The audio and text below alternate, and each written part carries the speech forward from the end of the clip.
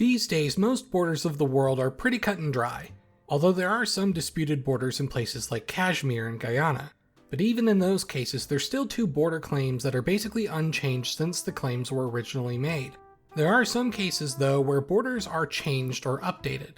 Sometimes if a border is along a river and that river changes, the countries will decide whether that means the border follows the current river or whether it stays as it was demarked during the old course of the river. This was common in the United States, with states that bordered the Mississippi River. The Mississippi River had changed courses several times over the past few centuries, and so state borders would sometimes be adjusted, or they would awkwardly stay the same. This sort of thing also happened along the Belgian-Dutch border with the Meuse River. The resulting enclaves made crime investigation rather difficult, so they updated their border in 2018 to fix the issue.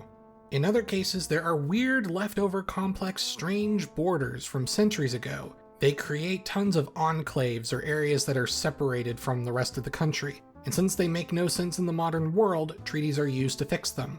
Along the India-Bangladesh border, there were over 100 enclaves that made quite a Swiss cheese-looking border. In 1974, a land agreement was signed to simplify some of the enclaves. Then in 2015, they updated the agreement and got rid of every enclave. Well, except for one. I guess no border could be perfect. But those border changes are still single changes. There's one border, though, where part of it changes exactly every 6 months. The change is small enough to not even show up on most maps, and despite not having much practicality in the modern day, it has been changing continuously and regularly for over 350 years. This border is the Franco-Spanish border, and more specifically, it's along a small section on the western side. The Bidasoa River that starts from the Atlantic Ocean contains a small island known as Pheasant Island, and every 6 months, France and Spain take turns administering the island. The island is extremely small, it's only 200 meters long and 40 meters wide. That's not even a square kilometer in size. No one lives on the island, and there is no fortification or important building either. How does this otherwise simple river border become so complicated? Why does this island pass back and forth when nothing of value appears to be on the island? To find out, let's look at the history of the Franco-Spanish border.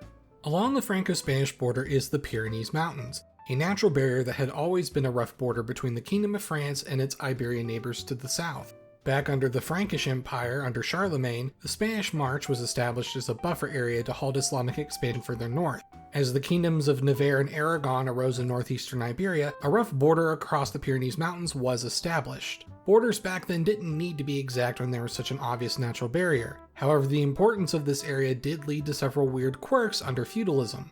It was during medieval times when Andorra was established. It became a co-ruled administered territory between multiple nations and the local clergy. By the time Spain had unified, Andorra was co-ruled by the Bishop of Urgel, which was always Spanish, and the head of state for France, whether it was the king or the president depending on the time period. I've got a video about the history of Andorra, by the way, in case you'd like to learn more. But this situation established that the Pyrenees border, despite being simple in concept, was quite complex in reality. It also showed the value of this region as well, especially when it came to controlling several spots along the mountains. One area in the region that was fought over was the region of Roussillon, an area along the eastern side of the mountains that in 1258 France gave to Catalonia, but it was continuously desired by the French. Later in 1635, during the middle of the 30 Years' War, France under Louis XIII declared war against Spain. This specific theater of the fighting in Europe became known as the Franco-Spanish War of 1635, and it would outlast the 30 Years' War itself by another 11 years. In 1659, the war ended with the signing of the Treaty of the Pyrenees between the French King Louis XIV and the Spanish King Philip IV. It redrew and settled the Pyrenees border between France and Spain. France reacquired the region of Roussillon, and then the rest of the disputes along the border would be settled. The peace ceremony was done on Pheasant Island, and they agreed that Pheasant Island would be a condominium between the two countries as a symbolic representation of finally setting the border and establishing peace. In 1660, the Treaty of the Pyrenees was further confirmed and ratified, and one of its stipulations included King Louis XIV marrying the daughter of Philip IV, Maria Theresa. The two got engaged in Pheasant Island, and the two nations even built a temporary building and set of bridges to the island just for the event. As a part of the agreement, while the island was officially a condominium, an agreement was set up in sharing actual administration of the island. Spain would possess the island from February 1st through July 31st, while the French would have it for the other 6 months. The island as a result became a symbol of peace between the two countries over time. French author Victor Hugo reportedly complained in 1843 that there weren't actually any pheasants on the island when he visited.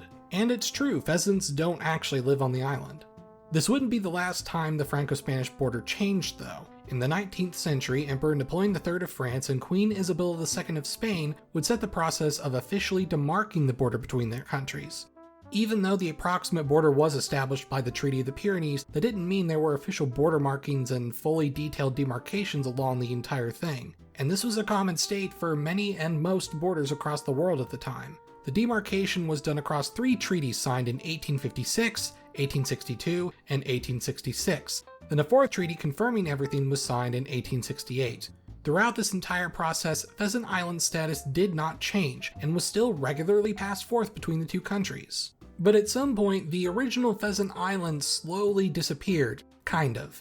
The original sandbank it was on was very vulnerable, and in a strange Ship of Theseus sort of way, it was altered through upkeep. As the original island eroded away, rocks were added for more stable island edges, and by the 20th century, technically none of the original sandbank was left, only the man-made reinforcements. Since the area is still vulnerable to floods, upkeep for the island's stability has been an ongoing project since 1969. Currently, during each country's phase of administration on Pheasant Island, municipal governments handle the island's upkeep and gardening. For Spain, it's the municipal government of Irun, and for France, it's the municipal government of Audaya. No one is allowed to live or establish businesses on the island, so the French and Spanish naval commands monitor the island as well. With the Schengen Agreement of the European Union allowing free movement between France and Spain as well as other countries of the EU, there's practically no reason to still keep doing this, but ultimately the symbol it represents is still seen as very important. This strange condominium is the world's smallest shared location in the world, and is technically the most frequently changing border. It goes to show how much more complicated borders can be than just the lines that were drawn on paper in various maps. I'm Emperor Tigerstar, and I'll see you guys next time. If you like videos like these and you want to see more, you can help support the channel by becoming a member of my Patreon. Patreon members get early access to videos, their name in the credits, access to exclusive maps, and even get to vote on video ideas. Most recently, I posted an exclusive map of Teotihuacan's influence across central Mexico. I wanted a reference map for things like my ongoing North America project and other future videos, and my Patreon supporters got to see it as a sort of behind the scenes thing. Every bit makes a huge difference and keeps the channel going, so thank you for your continued support.